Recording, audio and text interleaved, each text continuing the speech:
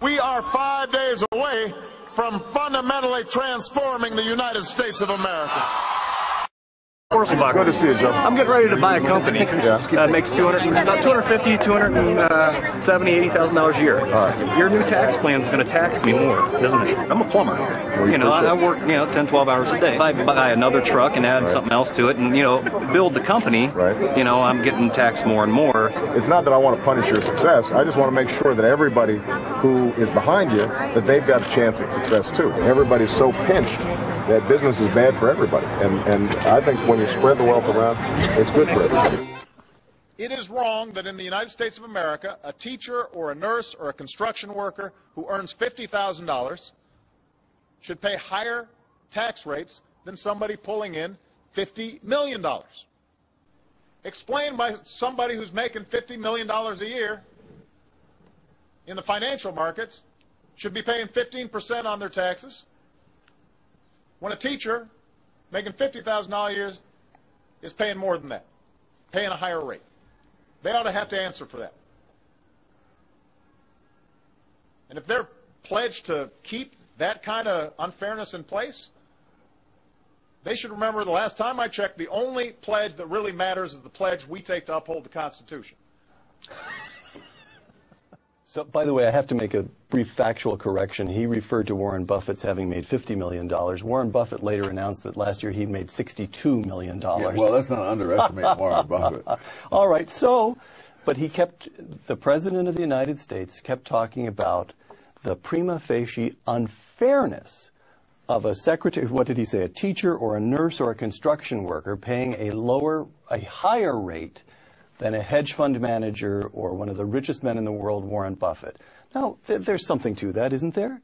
One of Barack Obama's great gifts is the ability to say things that are absolutely absurd and make them sound not only plausible but inspiring. First of all, the vast majority of taxes are paid by people in the upper 10% of the income thing. So the whole picture that he's painting there has no relationship to reality. It may well be that if someone has capital gains, that they will pay a lower rate of taxation in a given year. Of course, capital gains are not there in a given year. You may have stock options accumulating over 5 or 10 years, and then in 1 year when you cash them in, that year you have a spike in your income. Right. And so the capital gains tax takes into account the fact that this wasn't all earned that particular year, even though you got it that year. Right. So it's ludicrous, but it's very clever ludicrousness. Socialism failed because its good qualities were perverted by evil men who got in charge. Was it simply because Stalin took over from Lenin that communism went the way it did? Has capitalism succeeded despite the immoral values that pervade it? I think the answer to both questions is in the negative. The results have arisen because each system has been true to its own values. Or rather, a system doesn't have values, I don't mean that, has been true to the values it encourages, supports, and develops in the people who live under that system. What we're concerned with in discussing moral values here are those that have to do with the relations between people. It's important to distinguish between two sets of moral considerations. The morality that is relevant to each of us in our private life, how we each individually conduct ourselves, behave. And then what's relevant to systems of government and organization are the relations between people. And in judging relations between people, I do not believe that the fundamental value is to do good to others, whether they want you to or not. The fundamental value is not to do good to others as you see they're good. It's not to force them to do good. As I see it, the fundamental value in relations among people is to respect the dignity and the individuality of fellow men. To treat your fellow man not as an object to be manipulated for your purpose, but to treat him as a person with his own values and his own rights, a person to be persuaded, not coerced, not forced, not bulldozed, not brainwashed. That seems to me to be a fundamental value in social relations. Whenever we depart from voluntary cooperation and try to do good by using force, the bad moral value of force triumphs over good intentions. And you realize this is highly relevant to what I am saying, because the essential notion of a capitalist society, which I'll come back to, is voluntary cooperation, voluntary exchange.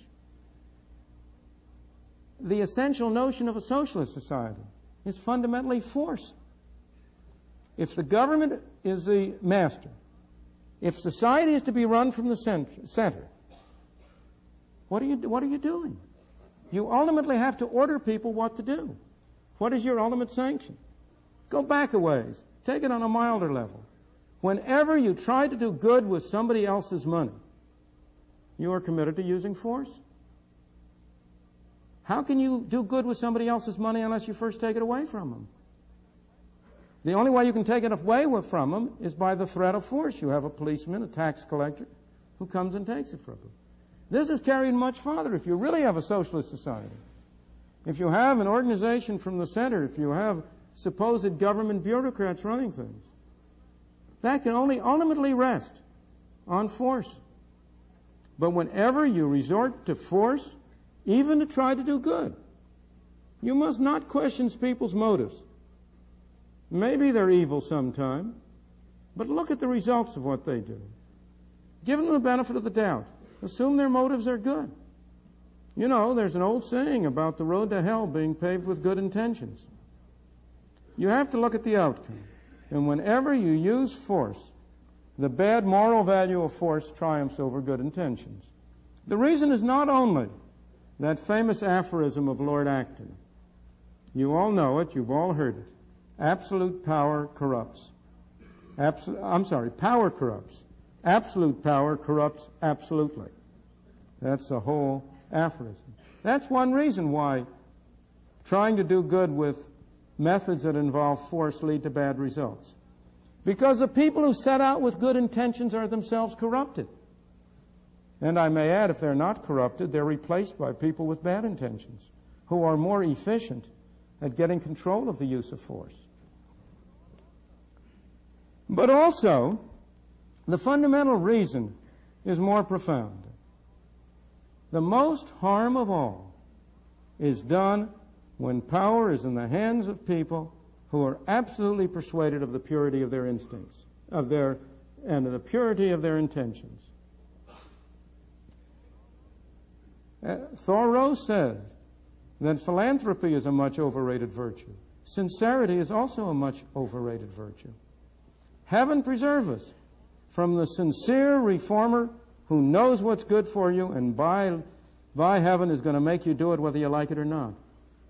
That's when you get the greatest harm done. I have no reason to doubt that Lenin was a man whose intentions were good. Maybe they weren't. But he was completely persuaded that he was right, and he was willing to use any methods at all for the ultimate good. Again, it's interesting to contrast the experience of Hitler versus Mussolini. Mussolini was much less of a danger to human rights because he was a hypocrite. Because he didn't really believe what he was saying. He was just in there for the game. He started out as a socialist. He turned to a fascist. He was willing to be bribed by whoever would bribe him the most. As a result, there were at least some protections against his arbitrary rule. But Hitler was a sincere fanatic. He believed in what he was doing, and he did far greater harm.